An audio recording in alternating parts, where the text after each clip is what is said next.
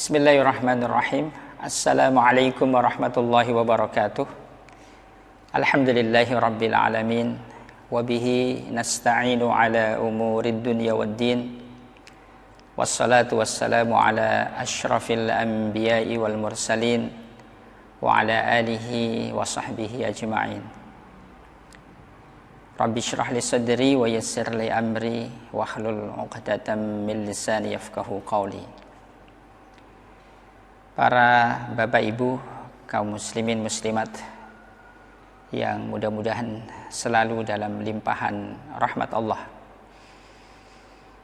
Alhamdulillah, senantiasa kita bersyukur pada kesempatan ini Allah masih berkenan melimpahkan berbagai nikmat kepada kita. Mari kita tetap jaga semangat, bahkan kalau bisa lebih meningkatkan semangat ya. Karena ibarat seseorang yang berlomba untuk adu cepat dalam lomba lari ya, ketika garis finish sudah semakin dekat maka para pemenang pasti akan melakukan sprint ya, lari cepat ya. Sarana-sarana yang menguatkan ruhiyah kita yang tidak bisa tidak adalah dengan Al-Quranul Karim ya. Selain memang bulan Ramadan sebagai syahrul Quran, kemudian yang kedua bahwa puasa dan Al-Quran itu adalah satu kesatuan yang padu ya. Sehingga aneh kalau diantara kita kaum muslimin muslimat ya, telah mendapatkan karunia Ramadan ya, sementara interaksi Al-Quran kita biasa-biasa saja ya. Upayakan Bapak Ibu kaum muslimin kita punya interaksi yang lebih di bulan Ramadan ini ya. Mungkin yang biasa di bulan-bulan yang lain hanya menghatamkan 1 kali ya, 2 kali, maka upayakan di bulan Ramadan ini untuk bisa lebih ya, bisa 5 kali atau mungkin 10 kali ya. Ya tentu ini membutuhkan satu mujahadah, kesungguhan ya. Dan di antara cara untuk menumbuhkan kesungguhan adalah menanamkan kesadaran betapa karunia Ramadan ini bukan karunia yang biasa. Karena di antara saudara-saudara kita ada yang telah mendahului kita. Mereka sudah hidup di alam barzah yang tidak punya kesempatan untuk beramal. Sementara kita masih diberi kesempatan. Yuk, siapa tahu Ramadan tahun ini merupakan Ramadan yang terakhir bagi kita. Ya, mudah-mudahan dengan kesadaran ini kita akan punya spirit lebih ya. Untuk menggunakan kata orang-orang Jawa itu aji mumpung ya, tapi dalam konteks yang positif, mumpung kita masih diberi kesempatan Ramadan tahun ini ya, ayo kita untuk bisa lebih baik capaiannya dibanding dengan Ramadan yang lalu. Allah Subhanahu wa taala berfirman, A'udzubillahi minasyaitonir rajim. Summa awrasnal kitabal ladzina istafayna min ibadina faminhum zalimun li nafsihi wa minhum muqtasid wa minhum sabiqun bil khairati biiznillah dzalika huwal fadlul kabir. Kemudian kami wariskan Al-Qur'an ini kepada hamba-hamba yang kami pilih.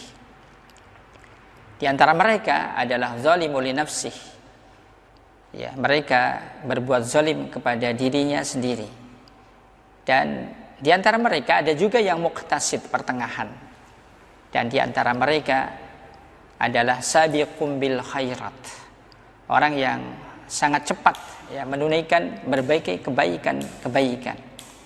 Biiznillah, dengan izin Allah Subhanahu wa taala. Dzalika huwal fadlul kabir, yang demikian adalah keutamaan yang sangat besar. Nah, Bapak Ibu, kaum muslimin muslimat rahimani wa rahimakumullah, kita perhatikan bagaimana cara Allah mengkomunikasikan berkaitan dengan kehambaan dan Al-Quran ya. Yang pertama Allah sebutkan sebagai hamba-hamba yang dipilih ya. Kemudian yang kedua Allah komunikasikan dengan bahasa pewarisan ya. Mestinya 2 kalimat ini harus menjadi cermin diri ya. Kaum muslimin muslimat, jangan lupa Allah menamakan kita sebagai hamba yang dipilih ya. Ya mestinya ya, kalau dalam bahasa masyarakat ya umumnya kalau orang pilihan ya patutnya gimana gitu kan. Namanya juga orang pilihan gitu kan. Ini harus menjadi spirit ya, menjadi motivasi supaya antara ungkapan orang pilihan dengan karakter-karakter yang melekat itu ada kemiripan-kemiripan ya, sehingga tidak terlalu jauh ya. Kemudian yang kedua tadi waris ya. Siapa sih orang yang tidak mau harta warisan ya? Dan jangan lupa warisan terbaik dalam kehidupan seorang mukmin adalah iman dan Al-Qur'an ya. Sehingga dikatakan dalam ayat yang lain Allah berfirman huwa khairun mimma yajma'un, bahwa iman Al-Qur'an itu lebih baik dari apa yang dikumpulkan oleh manusia, yaitu harta benda. Sehingga dengan dua ungkapan ini saja mestinya orang-orang beriman, kaum muslimin muslimat terlebih di bulan Ramadan untuk punya semangat yang lebih dengan Al-Qur'anul Karim. Summa awrasnal kitab alladzina istawfaina min ibadina ya.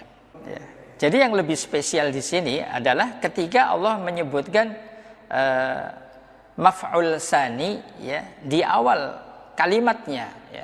Pada saat Allah menyebutkan maf'ul awalnya itu disebutkan di nomor 2 ya. Jadi maf'ul sani itu maksudnya adalah objek yang kedua ya. Allah mengawalkan dengan Alkitab, padahal Alkitab Al-Qur'an di sini adalah objek yang kedua. Sementara ya yang menjadi objek yang pertama adalah allazina ya, yaitu orang-orang yang dipilih. Nah, kenapa Allah mengawalkan maf'ul sani pada kalimat yang pertama, summa aurasnal kitaba. Ini satu petunjuk juga tentang keutamaan Al-Qur'an ya.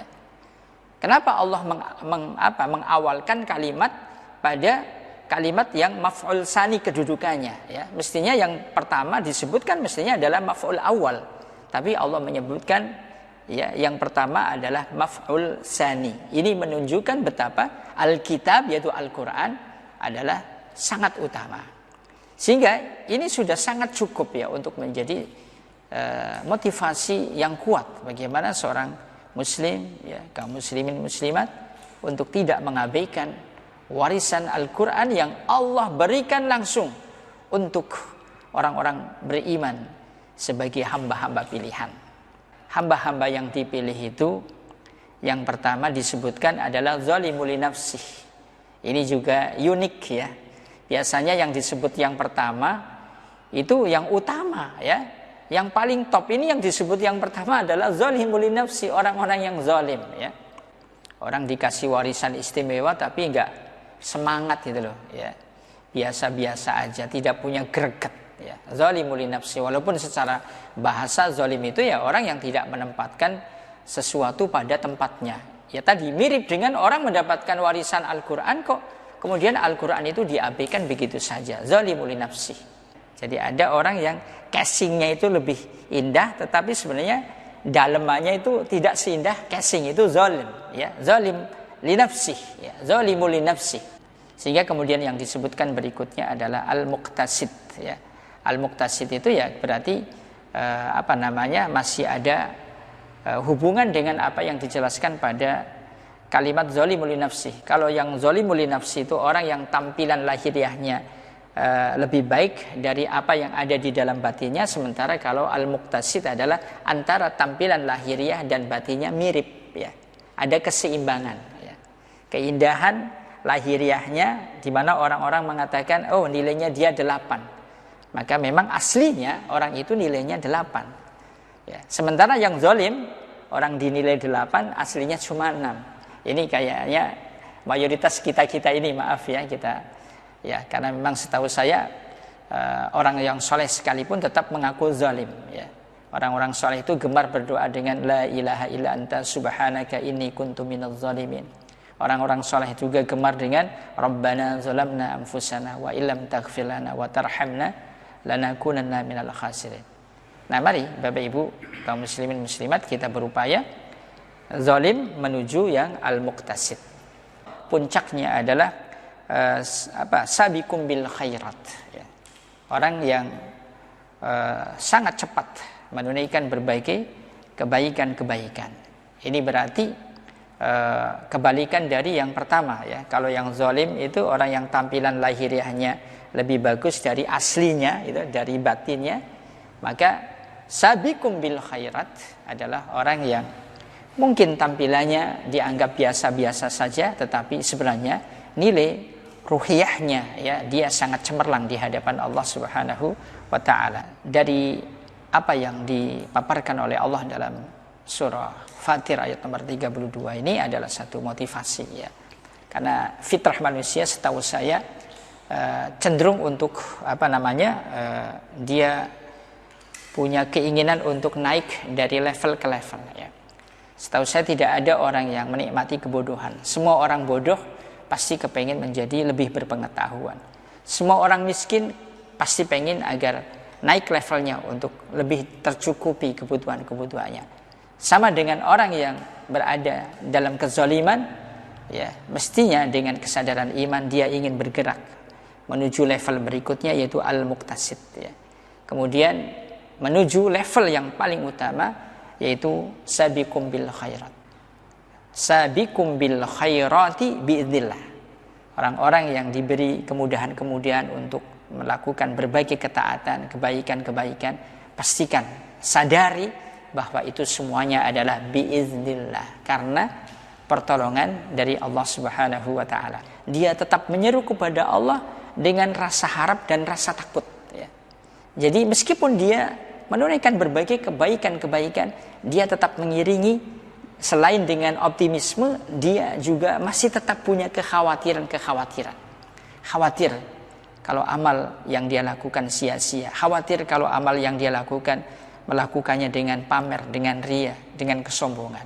Nah mestinya ya Bapak Ibu, sebelum saya tutup, kita semakin bergairah lagi ya setelah Allah memberikan kabar dengan kepastian bahwa mereka orang-orang yang dipilih oleh Allah ya akan mendapatkan jannatu adnin, surga yang kekal di dalamnya ya, dan mereka akan dikenakan gelang-gelang dari emas, mutiara, dan pakaiannya adalah sutra. Mereka memuji Tuhannya ya, semuanya itu karena nikmat dari Allah Subhanahu wa taala. Wa qala alhamdulillahilladzi adhaba 'annal hazan inna rabbana laghafurun syakur. Sesungguhnya Tuhan kami adalah ghafurun syakur ya. Kalau bukan karena ampunan Allah, kalau bukan karena kemahasyukuran Allah, kita tidak mungkin layak menjadi penghuni-penghuni surga Allah.